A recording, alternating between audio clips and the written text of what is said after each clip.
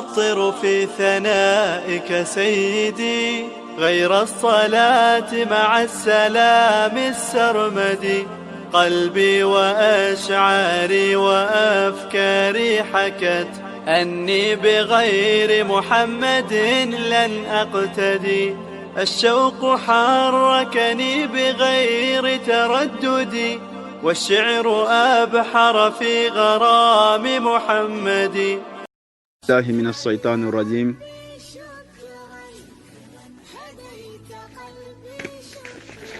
أعوذ بالله من الشيطان الرجيم.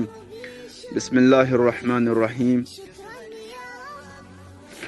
والصلاة والسلام على أشرف الأنبياء والمرسلين سيدنا ونبينا ومولانا محمد وعلى آله وصحبه ومن تبعه بإحسان إلى يوم الدين وسلم تسليما كثيرا. والسلام عليكم ورحمة الله وبركاته. أيها المسلمون، أخوات المسلمات، أيها الناس، يا أهل نبراس خرنتابا، أخوكم وتلميذكم سجلي جابي نبراسو ابن الحاجي محمد الأمين رحمه الله رحمة واسعة. بعد مثل مولو نتنكنين كولا سيطانو لا فالا سنتنك سيطانو لا أنا لا دبرون على فيركول مبي على سنتنك مبي ما بألا تنكنين ولا على سنتنك سيطانو ما برم فوكم ولتو فنكي بارولتو.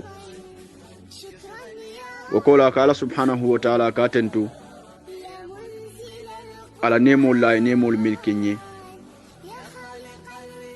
كاتنتو نيمو لا نيمو المبيتا كونتينو لا كاتنتو نيمو المبيلا كسالنا نبي موما نكونتيو محمد صلى الله عليه وسلم نيمان كيسو باي انا بندون كل مبي انا لا صاحبولو انا لا جوريالو انا لا على نومونيولو انا منتو مبي فجاني الى يوم القيامه ميل بيبلا تعالى سيمفالو نوما فجاني الى يوم الدين. وقولا بعد مسلمولو كيولتو مسولتو مبال مبي كونتنا كفالم قال بعد منمو الله دينو ميمو ساجليتي جابي نبراسو الحاج محمد الامين ولمو افاتي ابي على نيمو كونو المنيمو جيدلاي اني مسلم سابانتل مبي mbe lamoyr lal me be kontonna karanta badum ke mbe be kontonna milul kal lamoy anim milul bukan lamoy mbe subhanahu wa ta'ala fonna kuma kawni altalla si baraka kinna kuma kawnuto lamoyr lalu fanalu wala mu alladina yastami'una alqawla fayattabi'una ahsana milul yalon ko ika kuma kan kende ma ika moy ika na bula kuma kan nyimano ma min betara kuma kan kono iko kende mata ika fem fayje mi yalon ko man betia ika bon iko fay ko bondije be wala moyer lalu mbe me be kontona watambirun badi wonu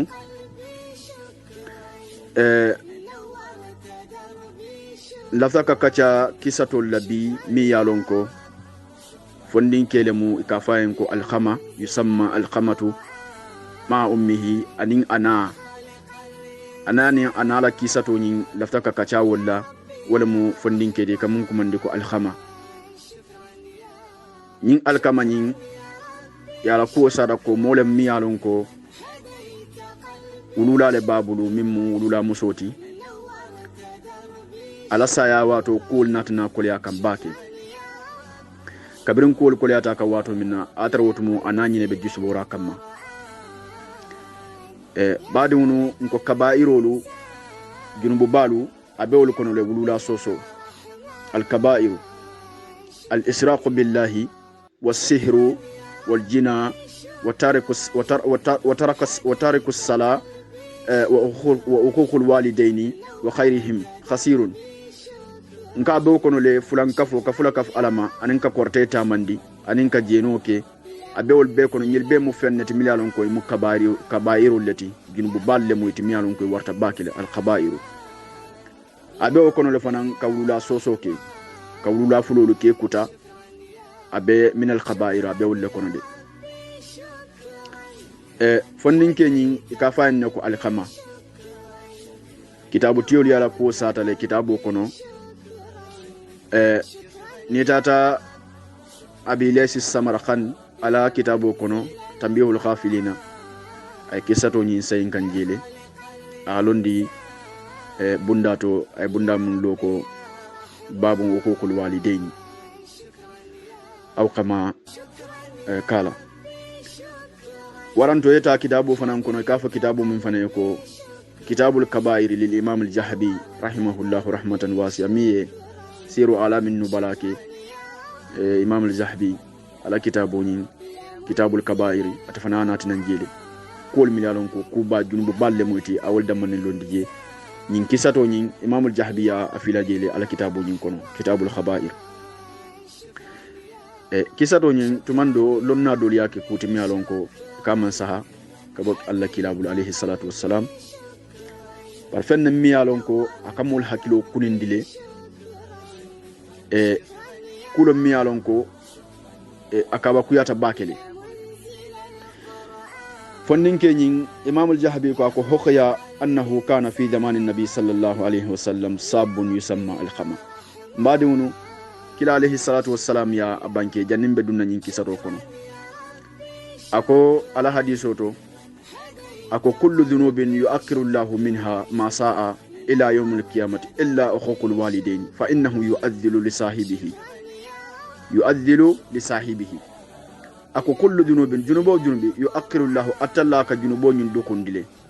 minha mariyo ma sa'a fo wato la min diyata ate alay ila yawm al-qiyamati fakata bula al-qiyam lorun sininna amaro star junubo la ala sa dokundige fo al-qiyam lorun illa uququl walidayn kila ko fo ulula kutode ulula lukuta ka ulula kuta wo junubo nyin ala subhanahu wa ta'ala buko dokundide kila ko ala buko dokundide fa innahu yu'addilu li sahibihi wo junubo nyin ala ko koro kenyen da mario ako koronto da mario yenni yani al uqubatu fi dunya qabla yawm al qiyamah asa mario yankan kati dunya jannin aka futa al qiyamah lo seni janna mario ka futa al qiyamah ala si yankan kato nyim bonda mario bala dunya jang wulula mu fembalati de badi wonu wulula kuto dum fana mu fembalati de kila ko le ko momon den kake de ayan kan kato nyi ala kala mario kanni dunya janni be futal alkiyama ala sabundi mario bala birin dunya jang kila banki ala hadiso do fananto hadiso mi alon ko abu hurairah wali hadiso nyi fila wali hadiso nyi fila imam muslim hadiso nyi ya fila abu hurairah bulu imam muslim ya sata na kitabo kono min sahih muslim kila ko la yazi waladun walidan illa an yazidahu mamlukan fayastarihi fayu'tiqa nam ako wuludun ta wulula jonula de wuludun la yazi waladun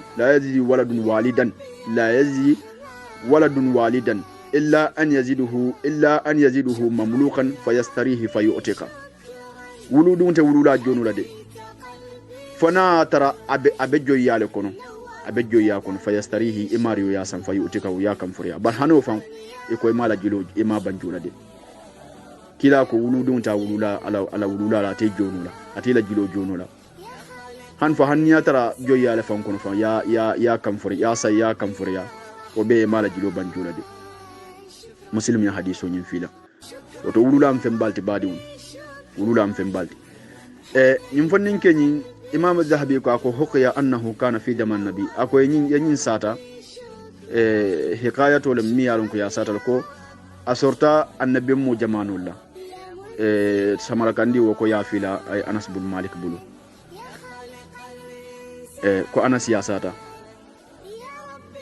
ka sorta fi zaman nabi annabi mu jamanu to sabun fondin kelum yusamma al-qama e ka fondin kenyun tora ko al-qama e ka fayen ko al-qama wa kana kasirul ijtihadi molo miyalon ko ala ijtihado siyata baki ala durkoto siyata baki ala wakilo siyata baki fita atillahi ala batoto aka ala batu baki ala batla bale mati fi salati salla bale mati aka salo ke baki aka farla salul sali aka nafilul fanalki wasawmu anda aka sun fanan sun aka sun karo sun aka tatawu wol fanalki barajini sunu sunna bale fana mati min manke ham sun karo dammanti wa sadaqati andum jakabola bale fana mati aka sada bole aka jako bole aka sada bo fana ke baki fonnin ke nyine natna kura mimmo alkamati fa marida alkamana anatna sasa wastadda maridahu ala sasa nyinatna kolya baki ala sasa nyinatna dimin baki fa arsalati imra'atuhu ala muso natna kilaki alkamani musole babulu wo muso nyin wala natna kilaki ka kila bonde kaki tumo min alkamani ake ma sasa rawalam alkamati ila rasulullahi ay kilaki kata kila kan sallallahu alaihi wasallam akaya ko inna zawji akaya nkema de alkamatu mimmo alkamati fin nijai abe ni bolo to de wala ma abe kole abato miyalon ko abe ni bolo to ngala ko kolos nyamin abe ni bole to jande faratu lafta nyina de an o allimaka pour ngelondindi ya rasulullahi ita allah kila bi halihi al kamala al halula lafta nyina la pour ngelondindi al kamanyin al halula musoyo kila le kila tata fo kila wato minna farsala nabi sallallahu alaihi wasallam kila natna kila ki anatna jumal leki ay ammar ibn yasir wa suhayba anin suhayb wa bilal anin bilal bin rabah ay wallaki wa kala koyenko imdu ilayhi alta dinkiranyun toje alkamala sokono walakinu sahadata aliya kewyandi sede akumo fola sahadat kalmato aliya sede andi akumo nyin fola walakinuhu as-sahada aliya kewyandi sede kalmo fola bayri kila fon hadiso lo woti ko momun din nabe nibo watoto mol sikara kewyandi sede kalmo fola lakinu mawtakum bila ilaha illa allah donc ni isobida ko momun din nyi mario de abe nyin sasa min to tendate bonula de minul besira kunto kila yamaro di koy mario li sikara akewyandi sede kalmo fola wala isa kewyandi la ilaha kumo fola sikara fa en ko la ilaha illa allah la ilaha illa allah barita yamare ta forcer eta yamar la puraye kumo nyin fode ete betla fulal dro la ilaha illa allah san kila nyim mo sabul ki wala purista ya kewendi sede kalmo fola ako famadaw ilahi inatna tajele ammar nyun natnata ammar nyun suhayb bin bilal inatna ta dinkira nyun to wadakalu ilahi idunta alkamakan wajaduhu yatara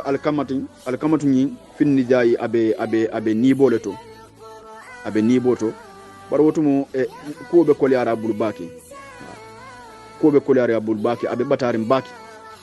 idum fon yalo nyimbe tembo min to tan nyin abe nibo abe alaftani abe nibo kumoleto abe nibo koleto abe nibo kol fajalu ikumase ta wonyal yulakinunahu ika kewyandi la ilaha kumufula ika lakinu bila ilaha illa allah la ilaha kumufula ika fayin ko la ilaha illa allah bari walisanuhu la yantiku biha anu boka fono walisanuhu alkamannu la yantiku biha abuka la ilaha kumunyin fono fa arsalu inatna kilati kitenne ila rasulullahi kata alla kilakan bilal nin ammar nin suhayb natna kilaki kata kilakan alayhi salatu wassalam yuqbirunahu ibaki barla annahum ko alkamade la yantiku lisanahu bisahadatin kanu buka sahadatu kalmato ni anu buka fono la yantiku lisanuhu bisahada anu buka sediya kalmoni abuka fono da walam la ilaha kumoni abuka fono momin baluta la ilaha kumokan saya wato anu manana fono saya muni wasabu momin balita sediya kalmato le kan la ilaha kumole kan sahadatu kalmato abaluta wole kan ni ba wato sita manana fono muni wasabu odum fo kuran nem bang kurawno koli ala saba mo fono bang waranto fo batala koli ala saba mo fono bang waranto fo mun kule biji amo fono fakala nabi kila ko enko hal min abawahi ahadun kila molo miyalon ko alayhi salatu wassalam ala subhanahu wa ta'ala ay min diala madi dafenna kabin kila yo kibaro le sindi kila madru alayhi salatu wassalam kila alon ko nyinde kudo bijele miyalon ko amanke batati anda manke sasa fananti amanke kudo bijele mi yalon ko wali asabu ko ni naw balanta man kalmat sadatu fono akoyen ko fawulula bijede bang hal min abawayhi ahadun awlula fulol nyil kono fokkilimbe balurin ne bang hal min abawayhi ahadun hayyun nam akoyen ko awlula fulol kono fokkilimbe bijede min be balurin bang kila kayen ko ya rasulullahi ita alla kila kayen ko ummu anale bijede khabiratu sinni barwo siyo ke baatale ummu khabiratu sinni anale bije afawo beletale afawo fata o banta junale anale bije bari molo miyalon ko fana mukke baleti fa arsala ilayha rasulullahi sallallahu alaihi wasallam kila natna kila ki musonyin kam anatna kila ki muske ba nyin kam wakala kila ko lirrasul ala kila nyin ko ay minki ako kila nyin ko akay ko kullaha afu musonye ko in kadarta nay nuro ke alal masir tamula asnana ila rasulullah kananta alla kila kan janano asnana wa illa nodun tafakhiru fi manzili hatta ya'tika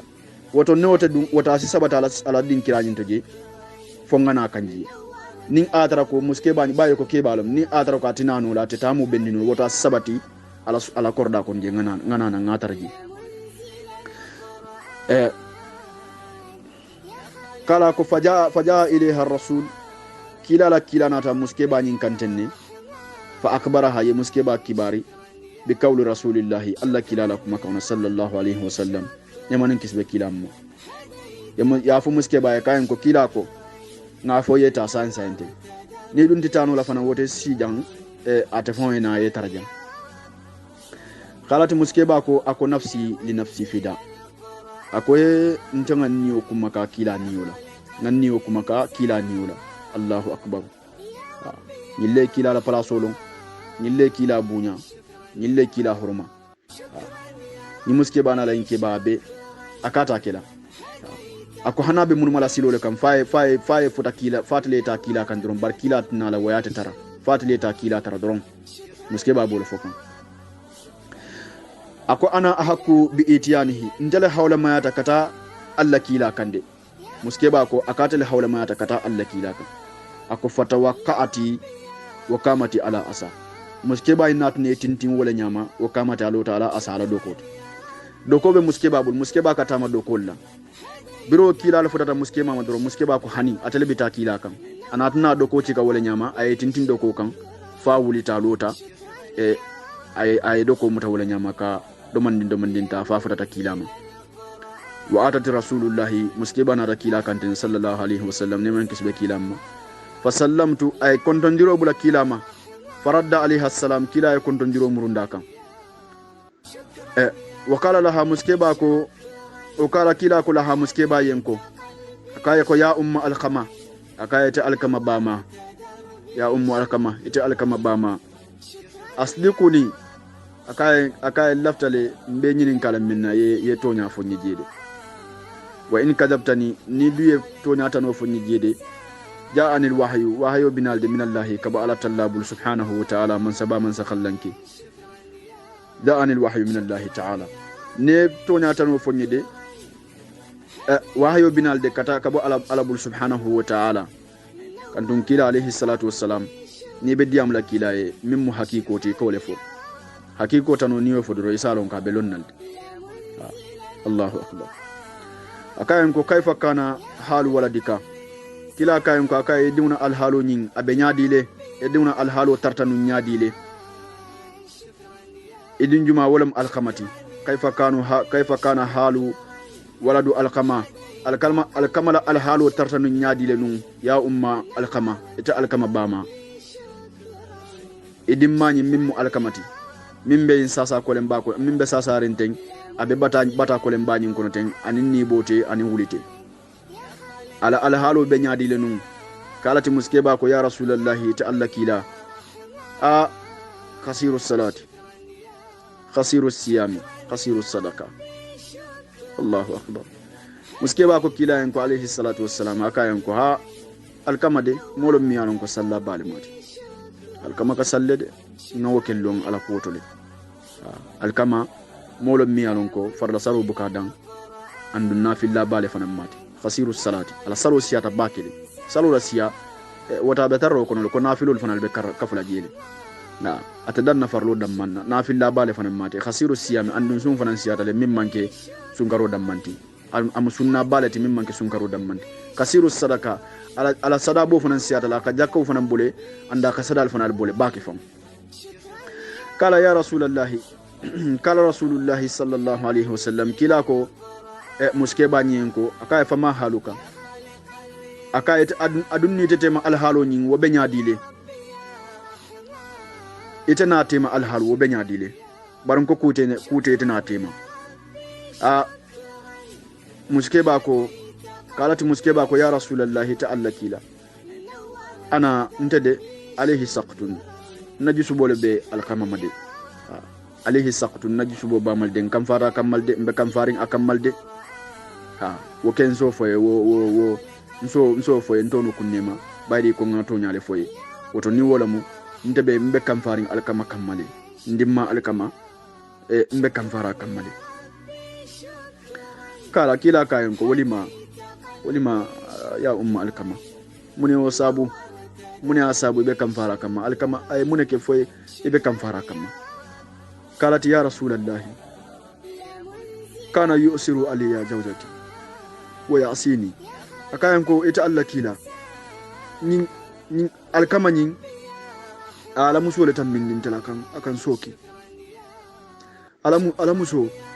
awole selendin ka kan soki ye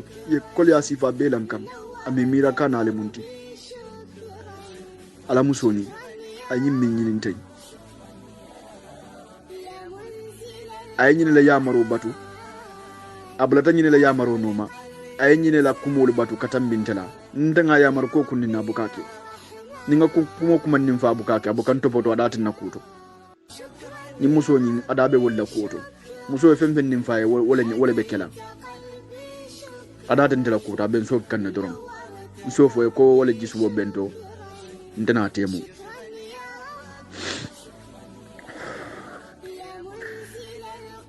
fakala rasulullahi sallallahu alaihi wasallam kila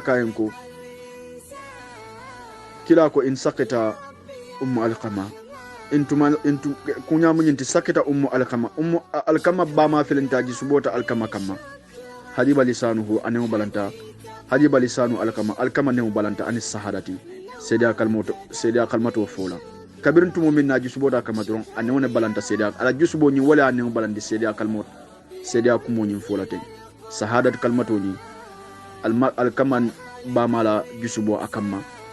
wala ya ne balandi sahadat kalmatu ni fola akayen ko wa in radiya ummu alkama hadiba lisanu alkama anis sahada tumo min nafanan adunyata ma fanan doron aneum fanan be kalmata sadato nyin abafo no lale aneum fanan ba afo no lale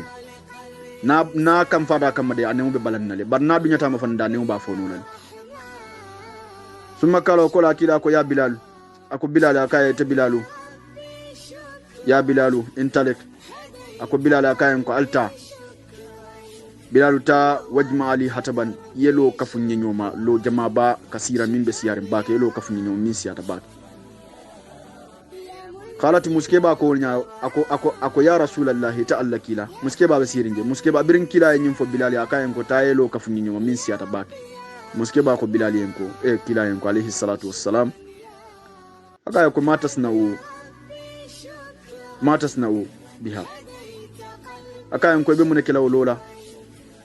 matasna'u be mun barala be mun kala lonyinna e kafu nyeta lo min kafu nyoma wonya e lafta mun kala lonyinna kala kila ko muskeba en ko akaya ko harrikuhu bin nari lafta mba janila dimballa kamani mba janna dimballa bayna yadayka e nyatiluna jamfan e nyatiluna jam mbe dimba mbe lo kafla nyoma janninga alkama jani jam e nyatiluna jamfan قالت مسكبا يا رسول الله تعالى كلا ولدي لا يحتمل قلبي akay ndiw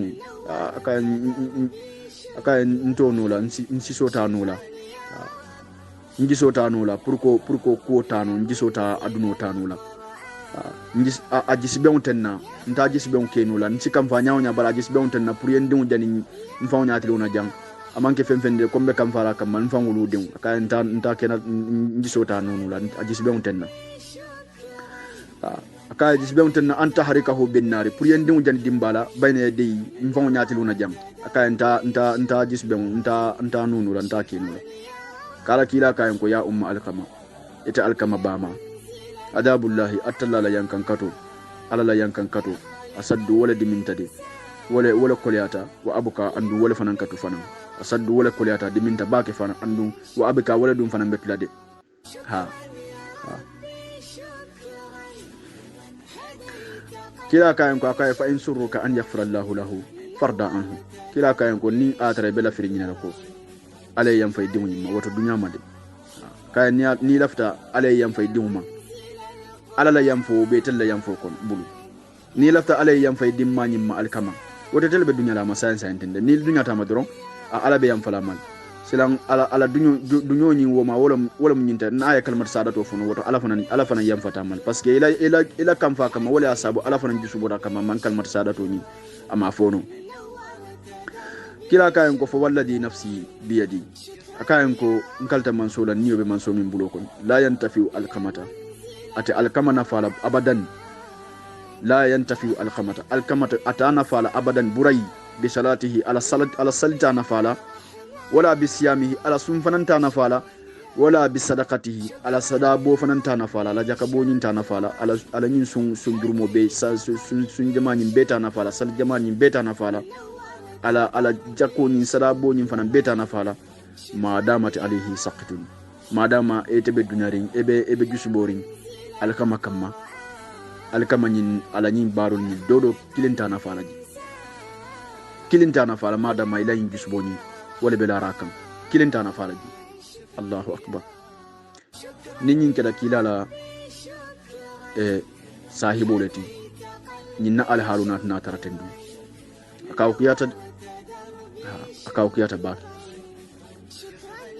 akawkiyata ba momi nyin sali jama nyin besoto nyin sali jama bek ay sun nyin beke sun jama bebe min bulo kono sal jama be ba bulo kono jakka jama be ba bulo kono yara muna be ma nafa fenfen na madama ala wulula nyimbe jusu bora kamma obe kam fara kamma ma nafa fen fakarat ya rasulullahi musoko ko ita Allah kila innin tade washhadullah bi ala sayyidiyan lanyinna ta'ala man sakallanke wa malaikatihi anala malaikulu mumebe mbebe sayyidan dila wa man hadarani anin mol miliyalon ko wete wolle ma beta jang minal muslimina muslimul kono mili ma beta nyun ko to jang mil akita milul nyala jang anni konte de nte muske bade kadra ditu an waladi alkama kon dunya tan diw may yam fatama anni kadra ditu an waladi alkama yam fatan dimma mimmu alkamati yam fatama wa kala rasulullah kila ko sallallahu alaihi wasallam ne men kisbe kilamma ako bilal ko akaya ko intaliq ya bilal ako bilal ko ta ilahi yata alkamaka wanzuru hal yastati an yaqula la ilaha illallah ako bilal akaya ko altaje silam ali ajube alkama fanu be sahadatu kalmato nyin fa ba fono la fata fono la ale taje ali ajube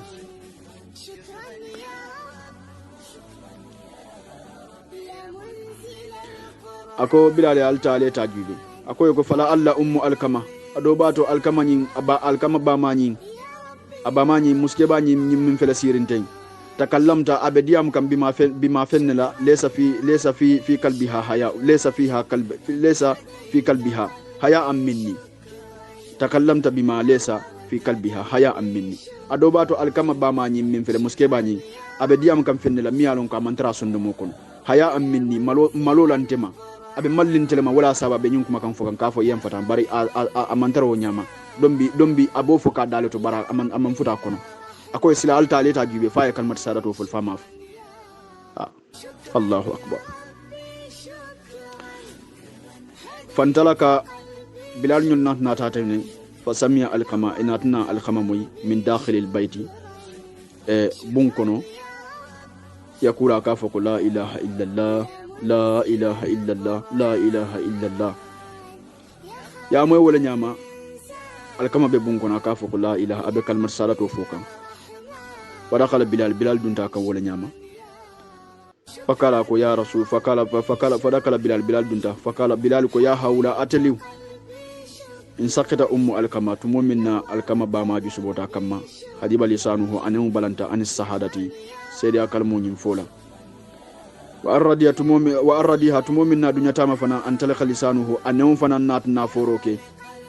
sadatu kalmatola kabirin tumumina kam fada kamma anu balanta bira dunyatama dura anu felenta kalmat sadatu felenta kalmat sadatu ayafo summa mata wakola alkama natna fa anatna bele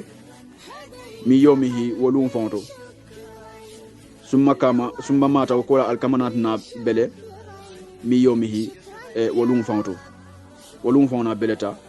fa hadarahu rasulullahi sallallahu alaihi wasallam kila natna mabe ala janaza toto fa amara kila natna ya maro fananki bi kuslihi ko yaku wa kafanihi anatna ya maro ko ya kasanki fanan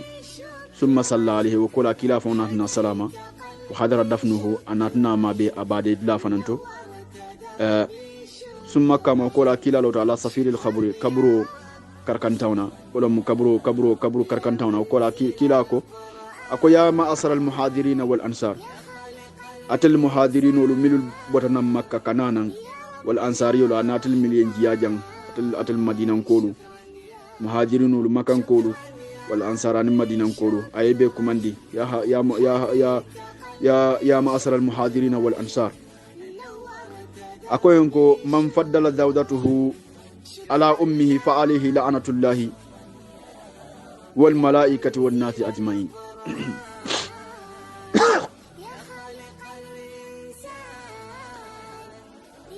أقولكم من فضل زوجته على أمه فعليه لعنة الله والملائكة والناس أجمعين مومن ديا على مسو تنبندي يلا مسو فسمانتندي إلى ولولاتي kila ko fa alayhi la'natullahi ala nema danko be mariyoma wal malaikata ana la malaikol mebe wonnasi ani harmadu ajmaina mu mebe momondin yela musu yol fismante yandi ila wululati kila ko ala danko be mariyoma malaikol la danko be ma harmadu mebe la danko be eta mariyoma Allahu akbar badu ni inkawa kuyata nka ko yata de misini mo nyanta nyilla moy dal baake fon na tahsiro kenyin dinkiranto kende ke kaytan ko yaramuna hanmadu ni la wulula na e kam faake kamma na kam faate kamma asikeno e masibotile ila ni bo watoto komin kila fala hadiso to nyami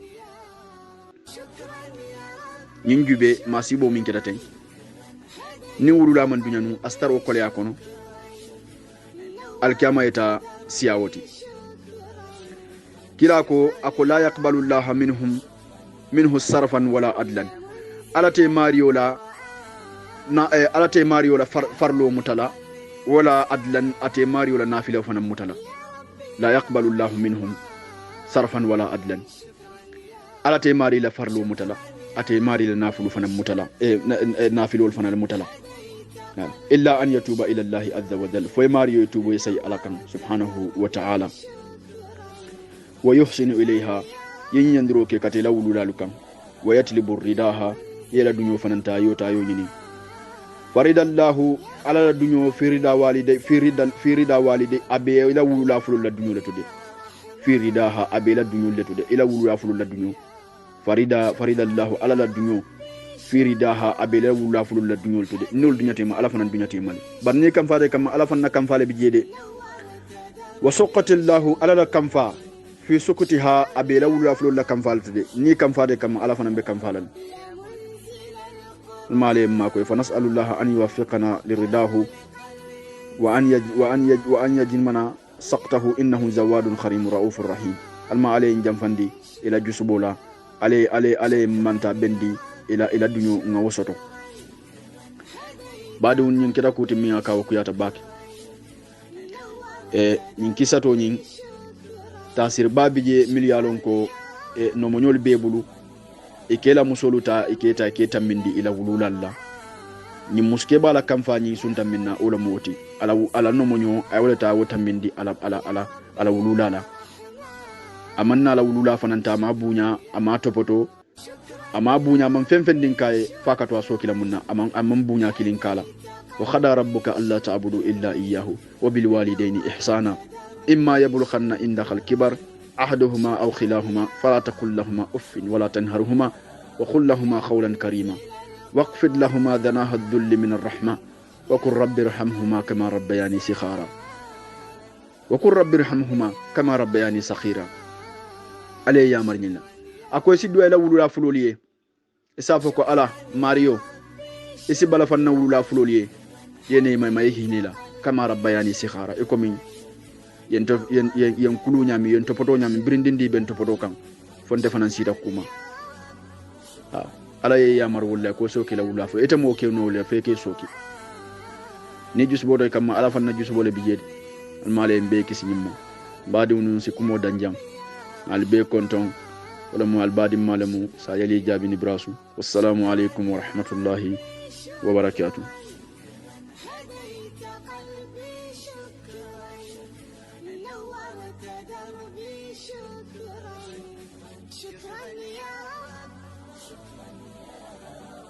منزل القرآن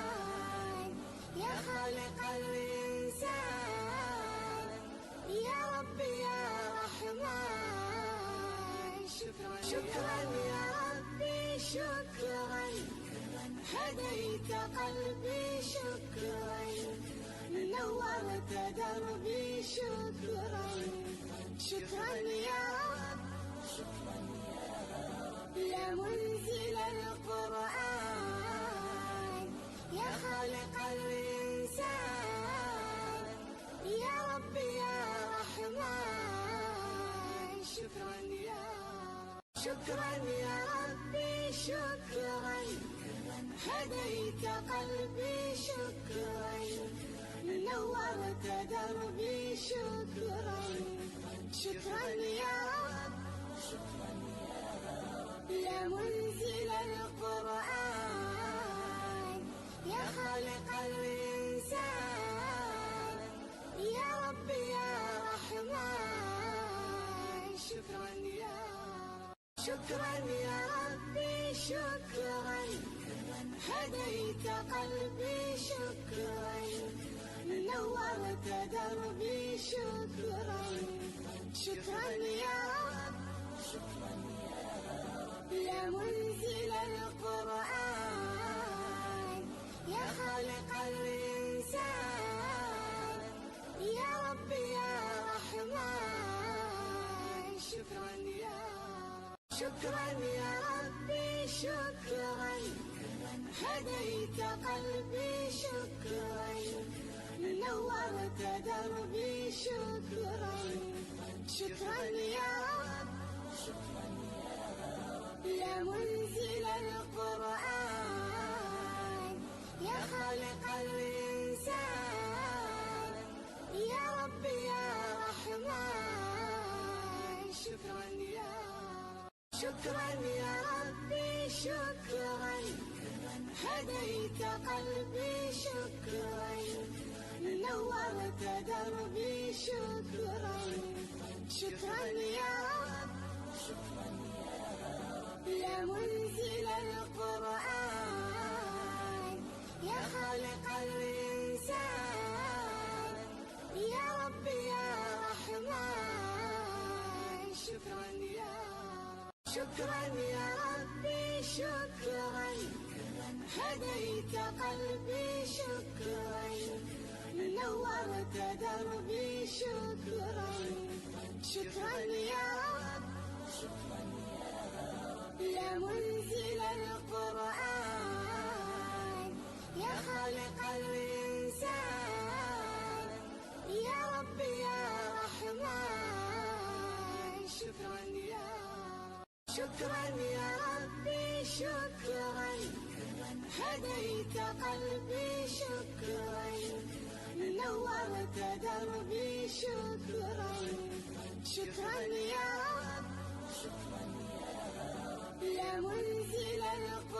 القرآن يا خالق الإنسان يا رب يا رحمن